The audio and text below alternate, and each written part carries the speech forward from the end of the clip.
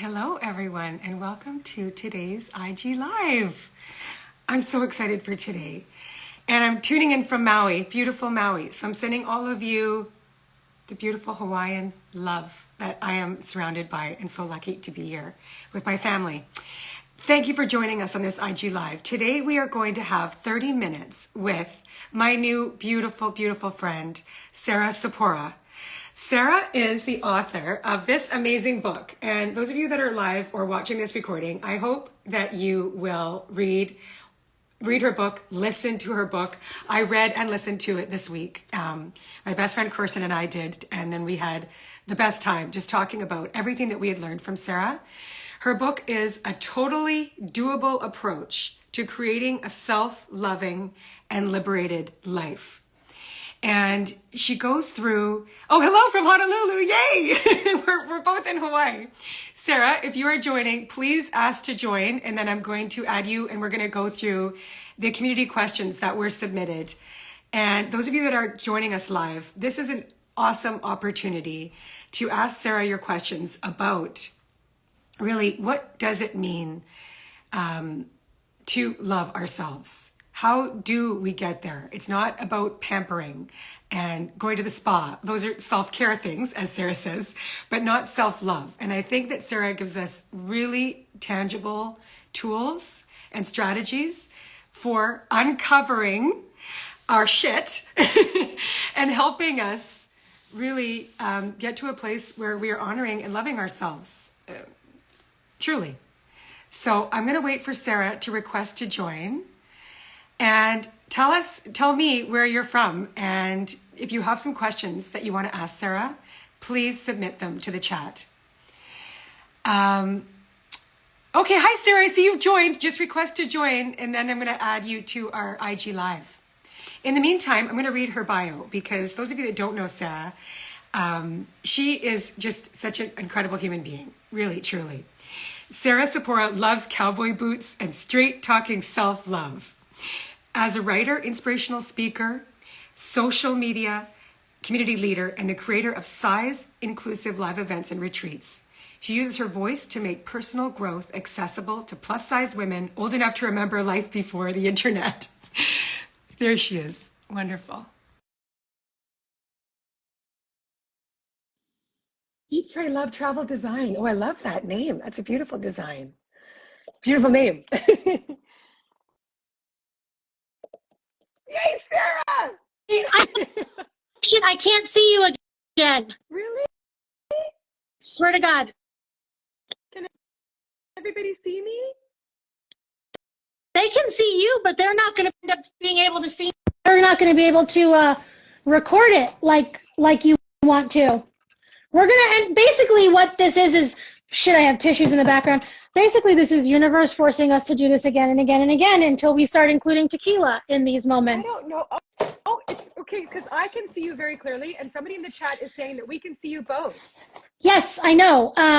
It might be in my settings. It must be. Somebody's saying that it's in your settings, because I can see you. And well, I'm not worried about seeing you, but what happened last time is you weren't able to save this, remember? Okay. And that's what I'm worried about. I'm just going to ask Maya, who's a part of my team. Maya is good. No. Maya, Google what's going on, because I'm sorry that my background looks so shitty. It looked so pretty before, and now it looks like trash.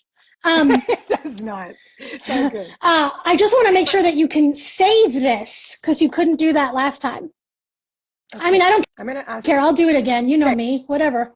Well, let's do it, because I can see that people are able to see us, but I'm sorry you can't see me. That's really odd. I know. We'll figure out why. Okay, let's do this. So the first question that came through on the chat is, what is your definition? Let's talk about what your definition of self-love is, and what is your ultimate you. We just went through this, and I love your definition of self-love and your ultimate you. We do. Okay, so we live in a world on social media, and thanks to marketing and advertising and every freaking piece of content we consume, where we believe and have been taught to believe that self-love is in essence pampering ourselves, right? Letting ourselves off the hook, treating ourselves, blah, blah, blah. And I'm not saying that being kind to ourselves or treating ourselves well or bubble baths or all those things are not acts of self-love. But that is not the definition of self-love. Self-love, in specific, I believe, is any thought you think or any action that you do that connects you to your ultimate you. And your ultimate you, the greatest version of you that you can be, is not defined by your weight, your income, your booby size, how many followers you have on Instagram, whether or not you're married and have kids. Like, it's none of those traditional markers that we think of. But our ultimate you is defined by two things. First, our ability to connect to ourselves and at any given time listen to what we are feeling and what we are needing, being able to ask and answer as honestly as possible, how am I feeling? What do I need? What am I experiencing? Note that you cannot do this when you are anesthetizing, whether it's with drugs or alcohol or any coping mechanism that is used beyond healthful levels. Note that you cannot be doing this when you are self-abandoning, right? When you are actively choosing other people in the moment. Your ultimate you is a combination of radical vulnerability and accountability. The second thing that your ultimate you is, hi Sabrina, second thing that your ultimate you is fiercely committed to serving yourself with self-love once you ask and answer and observe how you are doing and how you are feeling. Sabrina, tell me what the definition of self-love is and what your ultimate you is, and tell me your word and your nugget. Go.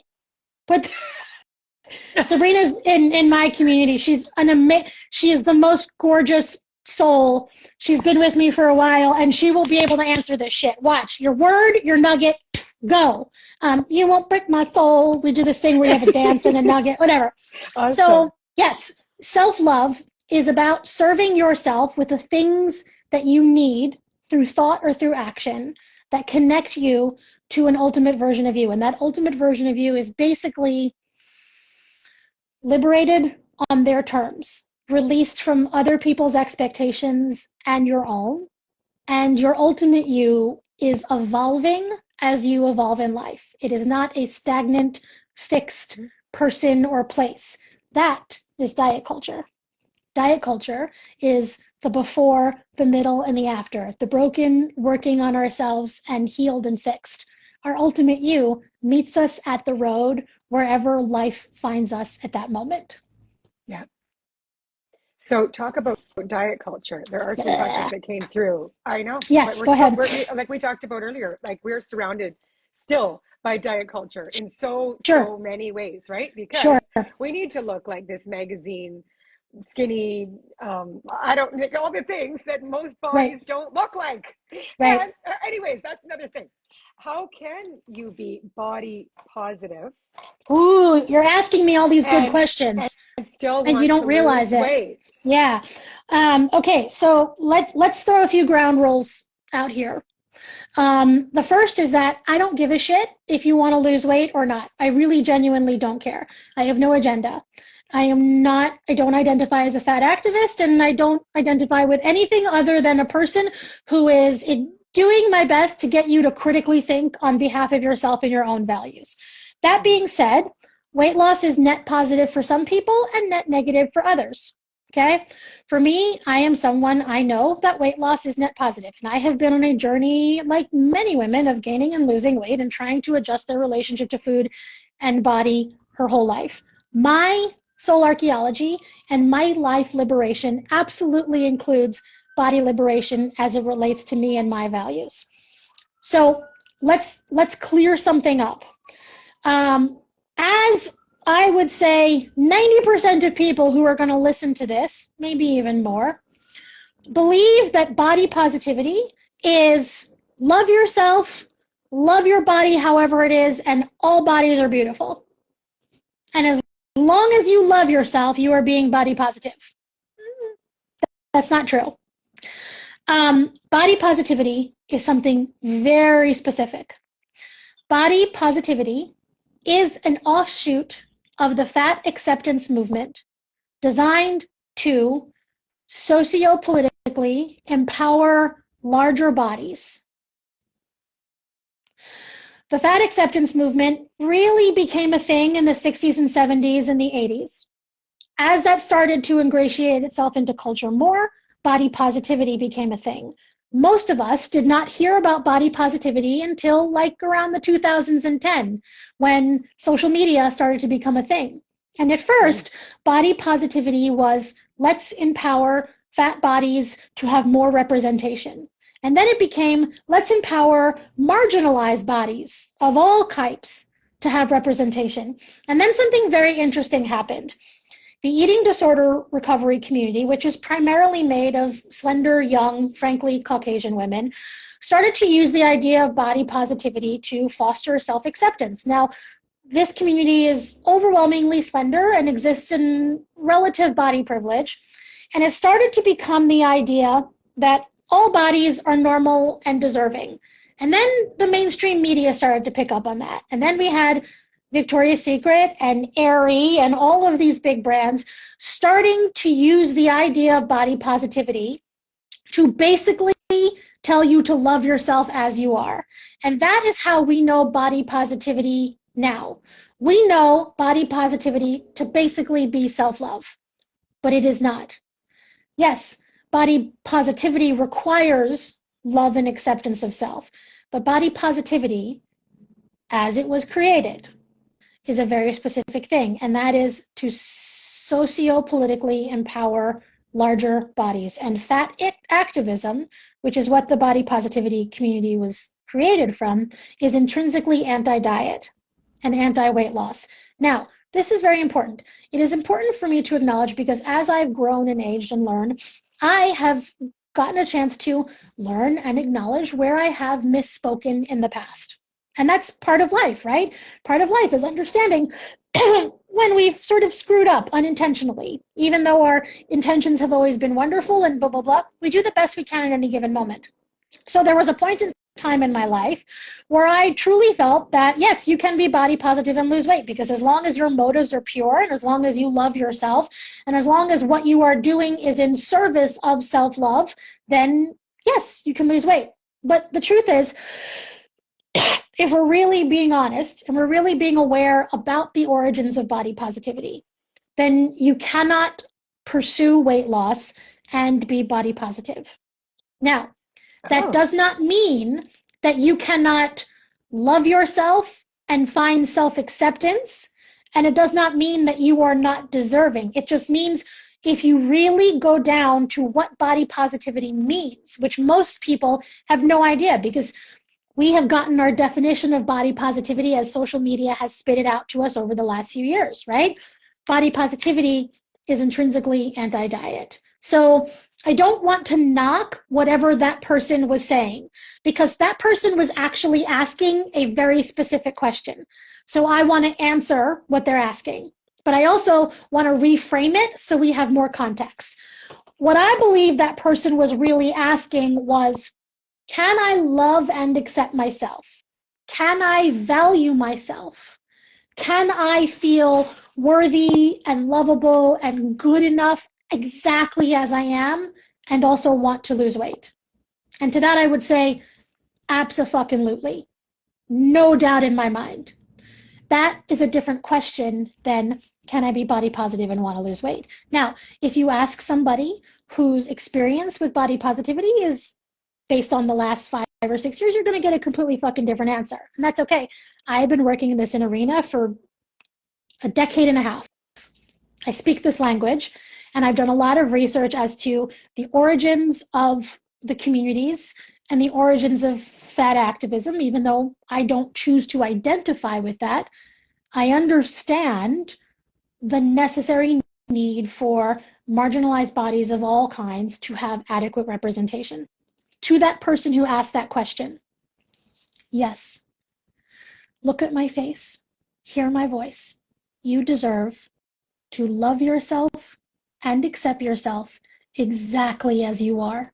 And if you want to change or evolve in the future, that's okay too.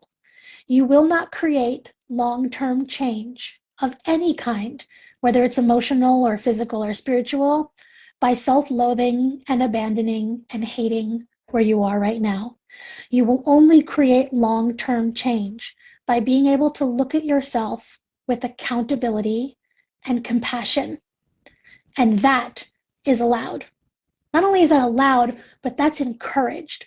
So if you are someone who is struggling with your body liberation and your body acceptance, know that the two can go hand in hand.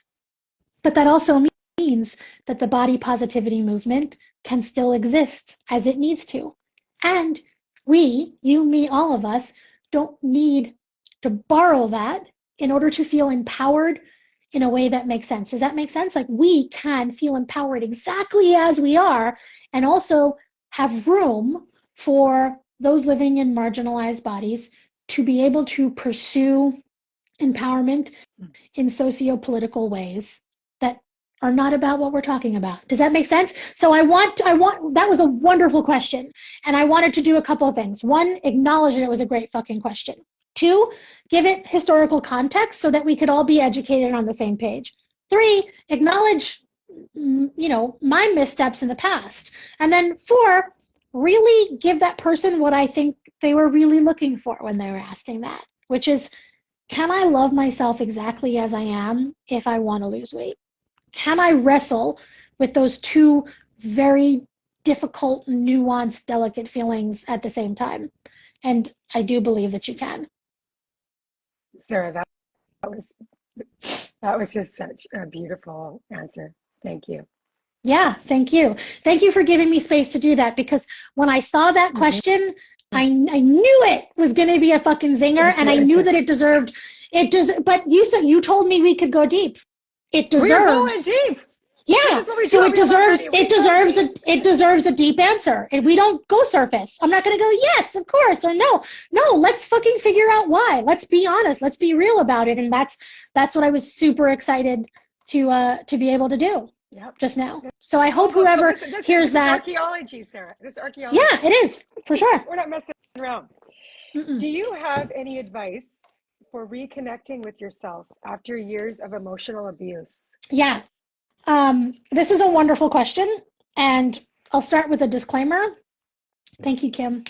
I'll start with a disclaimer that I'm not a therapist, right? And there are therapists who have incredible experience that is specifically trauma-informed, and those people are wonderful experts, and they deserve to be seen, and you deserve that help and that support.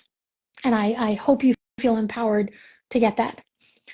What I will tell you is that I believe that the way we move through any sort of painful situation is by rebuilding trust with ourselves. And that is involving learning how we have self-abandoned, learning what has hurt us, learning how and why those things have happened, and also working really hard with tiny little small things that we can do to rebuild our trust and connection to ourselves. Because that's what trauma does. Trauma breaks the bond of connection that we have to ourselves, right? Let's think really honestly about trauma and being triggered, right? Because we hear this expression a lot, and I think this is a wonderful piece of content for you guys at some point in time. To be triggered is a very real thing. And I'm going to be frank here with my examples on purpose. To be triggered is not to be angry that Donald Trump could be president again. To be triggered is an actual mental health diagnosis and chemical mental reaction that people who have been through extreme trauma experience, and it is a separation of body and mind to reality. It is a very real, very specific mental health experience and thing. And when we say, I have trauma or I am triggered, I think it helps to understand that what we may have is great pain or great hurt, or what we may have is very intense emotional situations that are hard for us to emotionally regulate and navigate. That being said, if when you are experiencing something that is traumatic in your head, you are able to find solid reason or logic, and you are able to access your body and reality, you're probably not being triggered. And this is important because we want to acknowledge that there are people who really do. We just want to acknowledge that depth, because terrible, awful, bad things happen to people that has nothing to do with their value or their worth in any way, shape, or form. And it is only when we can start to see these things and connect to them and connect to our body and mind about them that we can work through them.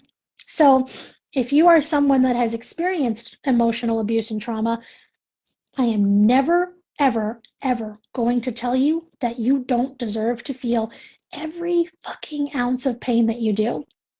The first thing I would ask myself is, am I feeling discomfort or am I in danger? Because those are two different things. Danger versus discomfort. If we're in danger, then we get a certain type of help. If we are discomfort, we offer ourselves a different type of help. Hello, Jaime, I see you.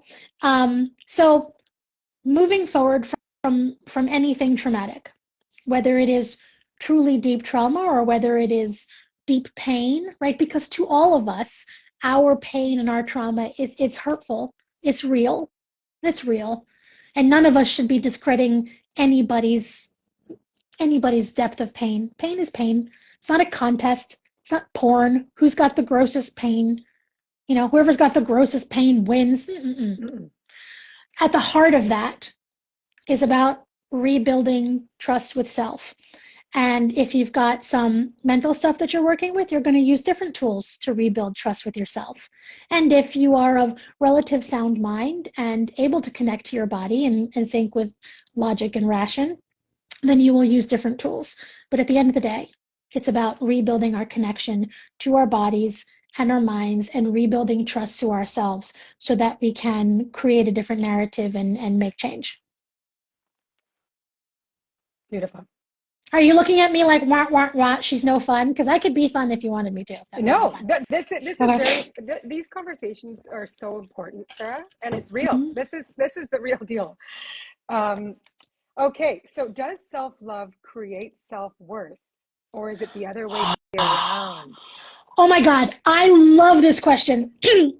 So I've sort of like been sleepily recording podcast episodes because I feel like this is like the thing. I want to do this. And I recently released an episode about what I call the Holy Trinity: self-love, self-worth, and self-esteem. And they're all totally different and they're all related to each other. And you can have a ton of self-worth, self-esteem, and have no self-confidence, right? So like they all play together, but they're not the same thing. So I thought about this. I love that, Sarah. I just love that. I know, right? And you're listening. Seriously, my mind is going like, what is that? I don't. Yeah. What? Yeah. Self-worth and self-confidence and self-love, like all of these things are different. Self-esteem, right? What they all have to do with is our relational interpretation of self. Okay. I'm would happy to like blog or whatever so we can follow up about this, because this is a good fucking question. Yes. And this is like, I love this shit, right? Yes. We need a blog on this. Self-worth is our sense of value as to how we relate to the universe and how we relate to others. It's how we see ourselves in value. I believe that they both play with each other, and it can be a chicken and the egg thing. For me, the decision to love myself through self-love came far before I had self-esteem. So, hi, it's me. I'm the problem, it's me. I did not realize that I did not have self-esteem until I was like 40 years old. Swear to God. I went through the first 4 decades of my life with no sense of self-awareness as to my value as to me. My entire sense of value belonged to how other people saw me and consumed me, interpreted it back to me. I had no idea who I was based on my values and how I interpreted the world. I did not have self-esteem. So realizing that and realizing that my job was to now build my self-esteem became a huge gift and a huge, beautiful thing. But the act of self-love is what brought me to that realization. So the act and the process and the commitment to self-love, which launched and has guided me through my soul archaeology, is what allowed me to see that I did not have self-worth. And my commitment to self-love and living a self-loving life is what has facilitated building my self-worth. That being said, your person who asked that question was really saying, do I have to love myself in order to have self-worth, right? Or do I have to have self-worth in order to love myself? Because remember, I have that very specific definition of self-love, right? Self-love is not just the act of saying, I'm awesome, I think I'm great. No, it's the act of service to yourself. And by the way, you can have a terrible sense of who you are and think like, I don't have, and still be committed to self-love. Because if you are committed to moving forward and you are committed to that ultimate you can practice self-love when you are disconnected from your esteem of self. Does that make sense? What Like what you're saying is that what you said is self-love is acting in service of yourself. correct. And you don't, and self-esteem. So what is your definition of self-esteem? It's how you You're view gonna ask yourself, me. your esteem, No. your. So self-esteem and self-worth are two different things, and I should have brushed up on it to be really specific.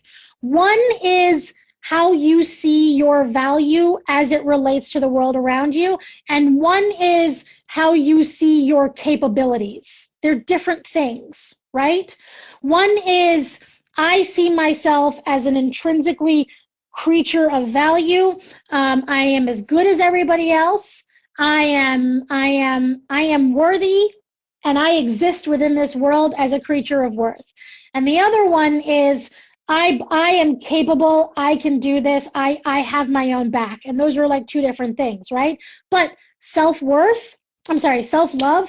is what connects you to those emotions. It's what connects you to those experiences. Does that make sense? Like I wanna give you a little graphic that I'm gonna share so you can do that, because they're chicken and the egg, and it's semantics, but self-worth is about how you are showing up with self-love, right? Remember, self-love are actions and thoughts, and those actions and thoughts are what help you to have that sense of greater awareness. Oh my goodness, this is so good, Sarah. I really. By the way, like it's interesting. Like, you know how I'm sure you've heard this before.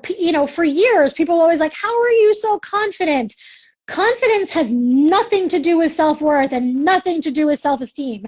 And you can be very confident in certain things and have terrible self-esteem. Like I always used to go around and I used to say, if you're a dude that likes sassy big girls, I got you. I'm your girl. And I was confident. I had unshakable confidence in my ability to play that role and be that person. Did you notice nowhere I said I'm a creature of value or I think I'm a good person? No, I had unshakable confidence in that thing, right? So we can have a lot of confidence in something but be completely unconnected to anything healthful. It's very interesting. Well, it really is. This is another podcast episode. It's a vlog. Wow. Do we have time for one more question? Is that okay, Sarah? Lay it on me, and I'll give you more if you want. Let's If you do have this. two you really want, I'll do them, and I'll answer them quickly for you. Go ahead. This is what I really like this question, and I think we will all enjoy learning the answer to this one. How can I spend less time worrying about what other people think about me and my appearance? Me and my, specifically related to your appearance? Maybe it's just, you know, in No. general, You how do said, you, right? okay, so is the The question is question about appearance. specifically related to body stuff or just in general? Maybe, I think, let's just do in general because Okay, it's all related. so in general, the more you are aware of your personal value system, the less you will give a fuck about what other people think. The majority of us exist living our reality with everybody else's rules and thoughts to guide us. We don't have our own personal value system. The more we have a personal value system that relates to what we truly believe and how we want to live our life, the easier it becomes to detach ourselves from other people's choices and narratives. And that's in anything. Yes. That is across the board in anything. And because I always like to throw myself around here, and as an example, I did not become achingly clear about my personal value system until my dad passed away. I had nuggets of it before, but it was my dad passing away that made it very crystal clear about a value system. And when I say value system, I mean through what lens do you want to calibrate your life? What are the markers of how you are going to define your life? So for me, my personal values, which I'm not going to share all of here because they're mine, but for some of my values include transparency, self-accountability, and humor. Now, you spent however many hours with me, and you can clearly see that I am shaped by those things. But other people's personal values are entirely different, right? So the more you have a personal value system, the less you will give a fuck about what other people think. That has to do with everything, Wow. especially with your body. The more you are connected. Hi, my Uncle Brian just joined here, so I should Hi, therefore not say Uncle. anything dirty right now. The more you are connected to your own personal value system, the less you will give a fuck about what anybody else thinks. And again, if you are someone that has had a challenging relationship to your body, which many women have and many men have too, but for different reasons, your body liberation is part of your greater liberation. And you will not liberate your body until you untangle yourself from everybody else's narrative about body stuff that you grew up, your mother's, society's, whoever's, and find your own value system. So yeah, if you want to learn to find acceptance for yourself, whether that's of your body, whether that's of your marital status, whether that's of your political beliefs, right? The key is to focus less on seeing yourself through everybody else's lenses and more on finding the lens that you want to see life through.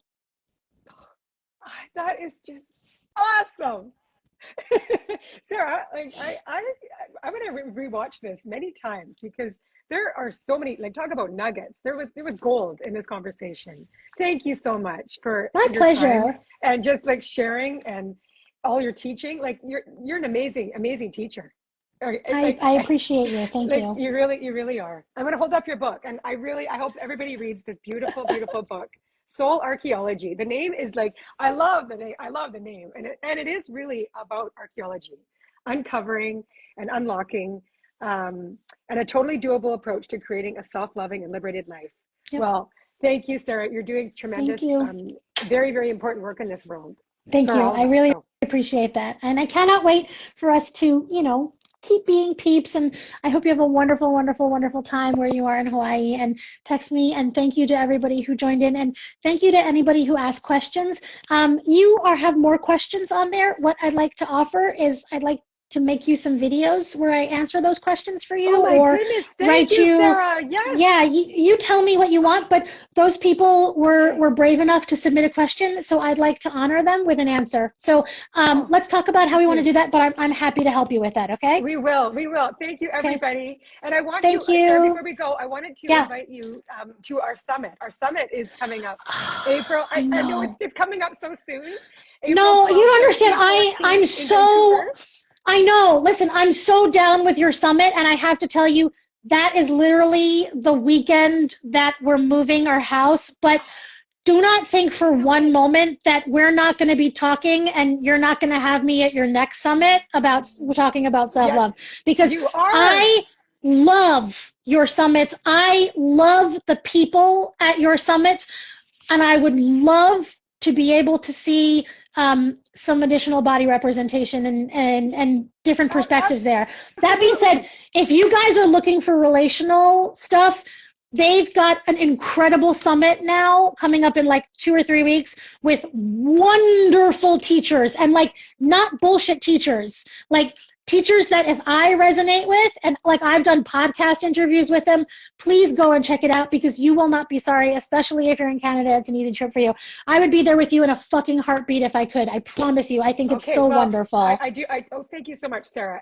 But you can join. I'm gonna give you a free ticket to the virtual. Yeah. Because we're friends. Yes. And the recording is available for a week, so you can watch it whenever, like after your move. I'll be there for sure. Thank you. Okay, sweetie. I'm sending all of you love, and especially you, Sarah, for joining us. And thank you. Thank again. you. Enjoy the rest of your day.